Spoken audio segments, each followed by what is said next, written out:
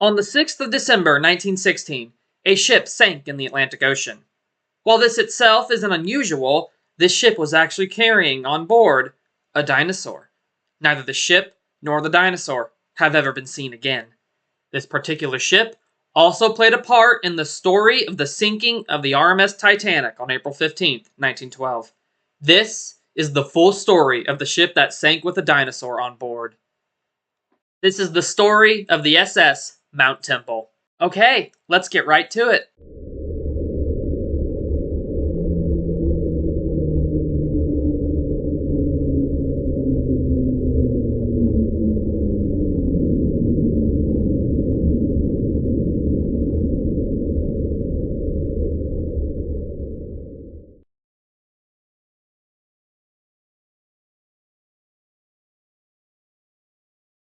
I'm really excited to talk about this topic. Like, for real, I'm so excited to share this story. The SS Mount Temple isn't widely remembered, especially outside of its association with the story of the Titanic, but she has such an interesting story and it's rarely told. So let's start her story with some background of the ship itself. In 1901, the SS Mount Temple, a new passenger cargo liner being built by the Armstrong, Whitworth and Company of Newcastle for Elder Dempster Lines, was launched, following a 2-year development period. She was shortly purchased afterward by the Canadian Pacific Railway. Though not particularly famous, she was a proud ship and carried her passengers well. The ship was 485 feet long, 59 feet wide, had a steel hull, and was registered at a weight of 7,656 gross register tons.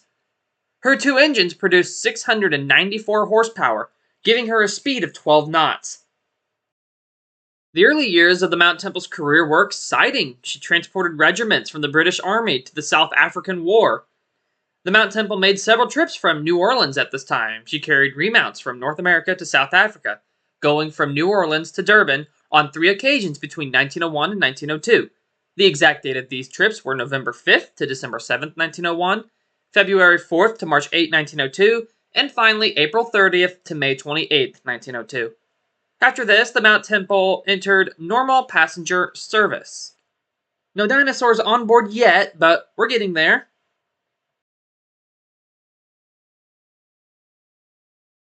Be patient, Spino. This ship has more interesting stories to cover. But I'll get to something a little more exciting if it makes you happy.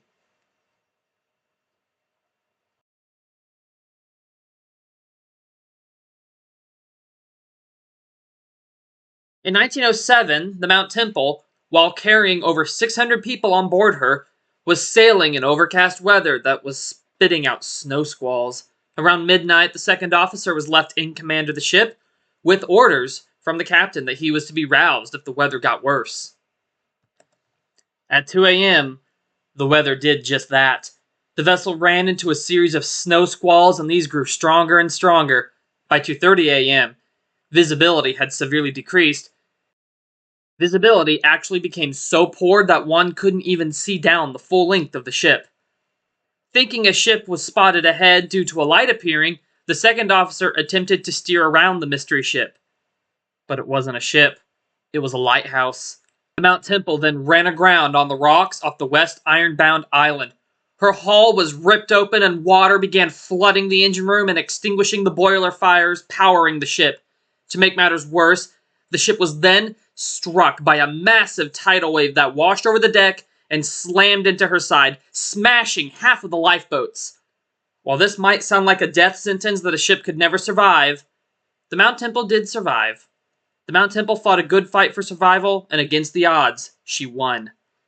The passengers were successfully evacuated once the weather cleared up, and in April 1908, she was finally refloated and traveled under her own steam back to port for repairs. She sailed first to Lindbergh, then to Newport News, Virginia, where she was repaired over 3 months.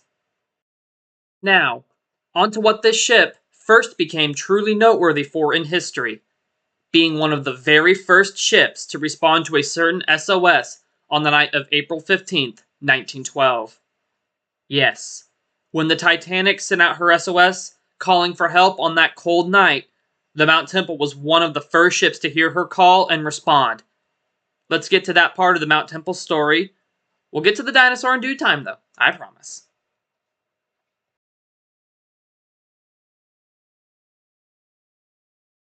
At 11:40 p.m. on April 14th, 1912, the RMS Titanic struck an iceberg on her maiden voyage. The ship had a series of small openings made in her hull, and it was just enough damage that the ship would sink. At the time, some thought that the iceberg tore open a 300-foot-long gash in Titanic's hull, but actually, it was a bunch of small little slivers, basically, the longest being nearly 40 feet, where the berg ripped open the seams in the hull and popped the ship's rivets. While the Titanic could float with 4 compartments flooded, 5 were flooding after the collision, and that was a death sentence due to how much water would fill the bow. The bow would settle so low from the weight that the seawater flooding the ship would spill over the bulkheads at E deck. And then it would just keep flooding each of the aft compartments back and back as the ship got lower.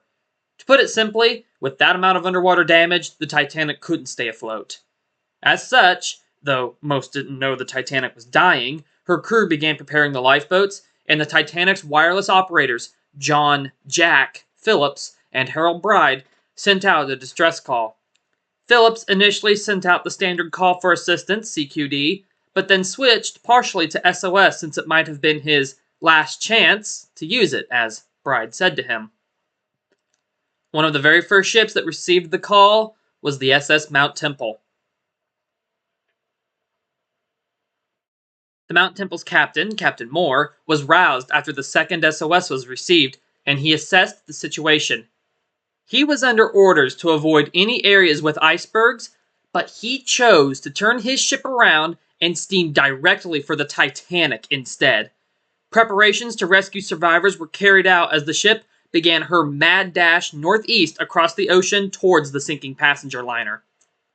The Mount Temple was roughly 61 nautical miles from the Titanic when she began heading towards the fellow liner, and it would take about 4 hours for the Mount Temple to reach the Titanic. Knowing this, the captain told his chief engineer to do whatever it took to coax any extra speed out of his aged vessel. Meanwhile, the off-duty crew were roused and briefed, and the lifeboats were uncovered and made ready, along with plenty of ropes, ladders, and lifeboats. I know the Carpathia gets all the attention for her mad dash through the ice field to save Titanic's passengers, and credit's where it's due because it's remarkable she even made it. But the Mount Temple deserves a mention too. Mount Temple's crew also ran their ship at full speed straight into packed field ice, an action which could have easily resulted in their own vessel striking a berg and sinking and their own passengers needing rescue. As the ice began to grow thicker and thicker around the Mount Temple to mediate the risk of their ship also striking a berg, Captain Moore posted extra lookouts to aid in avoiding icebergs. Now, around this time, it was 3 a.m., and the Titanic was already gone, and it would have been well over an hour since the last SOS signals cut out. And there was an odd little incident which occurred around this time. The Mount Temple encountered something, a single green light in the ocean. No one seems to have a definite answer as to what this was. It could have been a schooner of some kind, or even one of Titanic's lifeboats with the crew lighting a green flare to get the attention of the passing liner. We'll never know, though. It's one of the many mysteries that still prevail from that night. Either way, the Mount Temple took evasive action to avoid this little green light and continued to Titanic's last reported position. However, the ice became too thick and the Mount Temple had to reroute her course to avoid the thick pack ice. She finally reached Titanic's last reported position at around 4:30 and found nothing. No lifeboats, no survivors, no wreckage. The Mount Temple was actually still east of Titanic's position at this time, and there was an ice field between the Mount Temple and the place the Titanic went down. Come daylight, Captain Moore sighted the Carpathia and the Californian. Once informed that the last of the survivors had been picked up by the Carpathia, the Mount Temple reversed her course and resumed her planned voyage away from the site of the disaster. Unfortunately, like the SS Californian, the Mount Temple did not escape the story of the sinking of the Titanic without controversy. The Titanic was this amazing ship that was this symbol of progress and man conquering nature and the elements. When she sank, on her maiden voyage of all times from a near iceberg taking 1,500 people with her, people wanted someone to blame. Some of the passengers who had been on the Mount Temple said that they'd been close enough to the Titanic that they not only saw the ship, but watched her sink, and that their ship had failed to act in any kind of rescue operation. Some people today also tried to redirect blame off the Californian, not that the Californian could have done anything anyway, and onto the Mount Temple, but that's just dumb. Neither ship was close enough to have been able to change anything. Not even the Californian, despite what people like to say. Her boilers were cold. Even if her wireless set had been on, she wouldn't have been able to get to the Titanic in time to do anything. Neither ship was close enough to have been able to change a thing.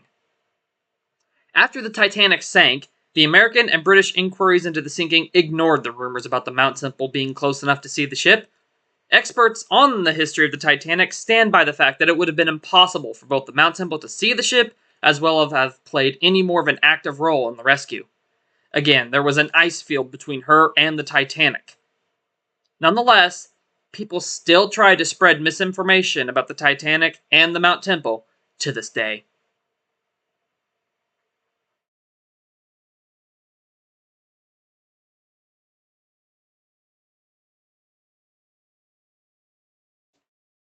Right, now on to the part of the story that this video is actually about. The dinosaur. Not the dinosaur on screen, that's me, but the one who was on the Mount Temple. As I said in the title, the Mount Temple had a dinosaur on board her when she sank in World War I. So let's get to that story. The dinosaur...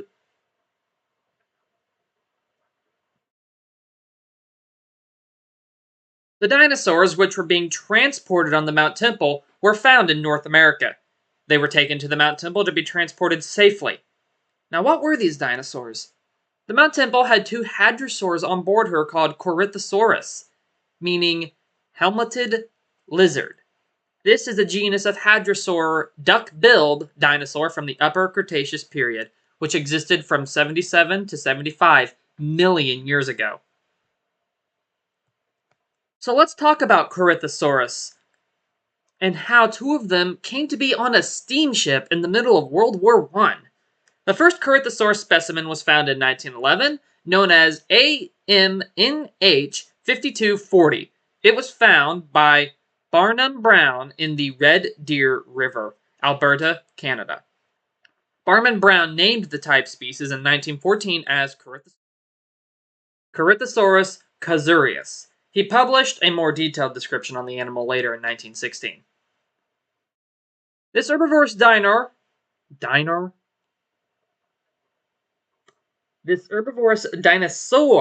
had a prominent crest on its head, and they averaged around 30 feet in length. Over 20 skulls have been found of this animal since these originals were found a little over a century ago. Its mouth was narrow, its skull was short, and it had a helmet-shaped crest. Among the other fossils Brown described was this one, skin impressions from the abdomen. Now, the two best preserved specimens of this dinosaur were on board the Mount Temple for transport. She was no longer just a passenger cargo transport, but now a dinosaur transportation steamship as well, like the Avenger in The Lost World. Unfortunately, this was in the middle of World War I, and these two specimens would become lost, along with the Mount Temple, and neither have ever been seen again.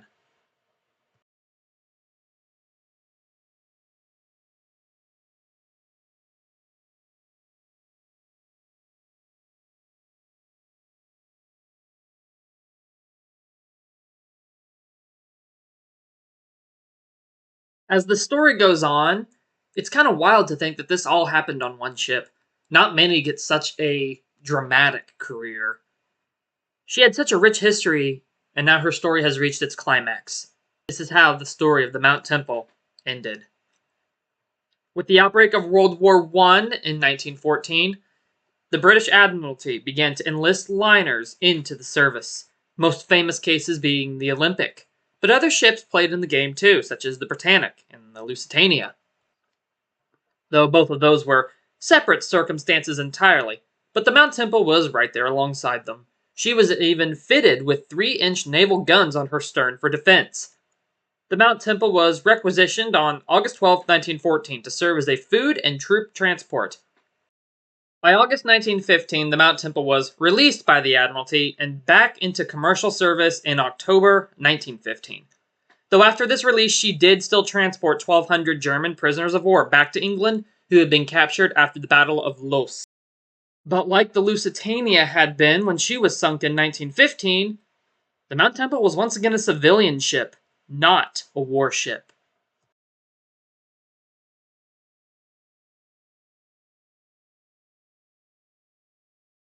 Mount Temple departed on what would be her final voyage on December 3rd, 1916.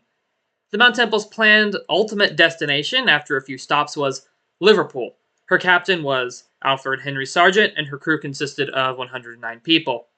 There were also 710 horses on board, 3,000 tons of wheat, 1,400 cases of eggs, thousands upon thousands of cases and crates of apples, and 2 dinosaurs. The 2 Corythosaurus had been freshly rounded up and were being taken to their new home at the British Museum. Well, Spino, you couldn't. They were already fossils.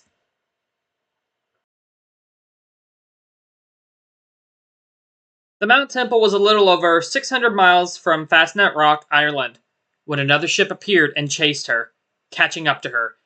It was the SMS Mouvet. The Mouvet chased down the Mount Temple and then fired a shot over her bow. The Mount Temple's crew manned their own guns, and once they did, the Mouvet fired again. Her firepower was superior, and she struck the Mount Temple hard at the funnel and boat deck. Mount Temple's guns went quiet after that. The passengers and crew were evacuated, which is what you're supposed to do if you're sinking a civilian ship. That's one reason the sinking of the Lusitania caused such outrage the year before. The passengers and crew were given no warning before the ship was torpedoed. You're supposed to let passengers get off a civilian ship before sinking it. 3 of the Mount Temple's crew died in this battle to save her. Once the over 100 passengers and crew were evacuated, explosives were placed on the ship and she was scuttled. The cargo hold the fossilized dinosaurs were in flooded, and they were taken to the bottom of the ocean with the Mount Temple as she went down. Neither the dinosaurs nor the ship have ever been seen again, over a century later. The Mount Temple still rests somewhere on the bottom of the ocean, a rusting, corroded wreck that is only a shadow of what she once was. But just maybe, she is still holding on to that final assigned task and holding those fossils safely in her hold. And maybe, if she is ever found, then just maybe they can be recovered. It would be a fitting end to this story. The idea that the Mount Temple is still protecting those fossils, still loyally guarding what she'd been entrusted to protect, even as a deteriorating wreck, is a nice thought. Wishful thinking, most likely, but a nice thought. The passengers who had been on the Mount Temple were ferried to Germany on a captured British ship, the Yarrow. They arrived in Germany in December, and the U.S. citizens who were among them were released in late March, since the U.S. was still neutral at the time. The others were interred and processed as POWs. In April 1945, the SMS Mouvet was also sunk as a German freighter under the name Oldenburg. She was strafed by heavy cannon fire, burned, and sank. Her wreck has also never been discovered.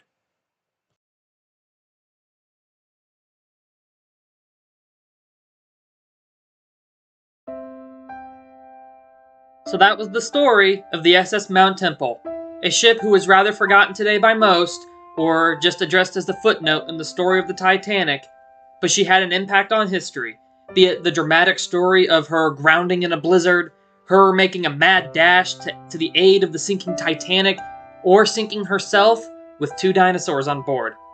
Her story is worth telling, and I hope you enjoyed my retelling of it. She had a colorful history full of stories, more than most ships ever get. And I'd totally watch a movie about her wreck in 1907 or any other part of her history. It's fascinating. She is kinda suddenly becoming one of my favorite steamships after reading all of this. And this has definitely been one of my favorite topics I've researched about. There was so much more to this story than I expected there to be. Tell me, what was your favorite part of the Mount Temple story? I'd love to know. And there's also more of it. I couldn't really cover all of it in this video in the interest of time, so I just stuck with the highlights. I really encourage you to look up the rest of the story. There is a lot more to this unassuming liner than you might think. The Mount Temple and her story are just full of interesting surprises, and I only scratched a fraction of it. Some parts I didn't talk about was her second grounding in 1913, along with more details of her early service history and war service history, and just other stuff from throughout her operational history. It's fascinating. So definitely look some of these other stories up. She deserves to be remembered, and let's hope that one day her wreck will be found, and that the fossils within maybe can even be recovered from inside of it. It would be a fitting end to her story. Let's hope that the Mount Temple and her 2 dinosaurs, yes, I'm calling them that again, deal with it, can be found one day. So that's going to do it. I hope you enjoyed the video, and go check out some of the other ones I've done. I'll put a few at the end of the video. Like and subscribe if you want to see more content like this so that I know you do. And I hope you have a good one, everyone. Thank you for watching.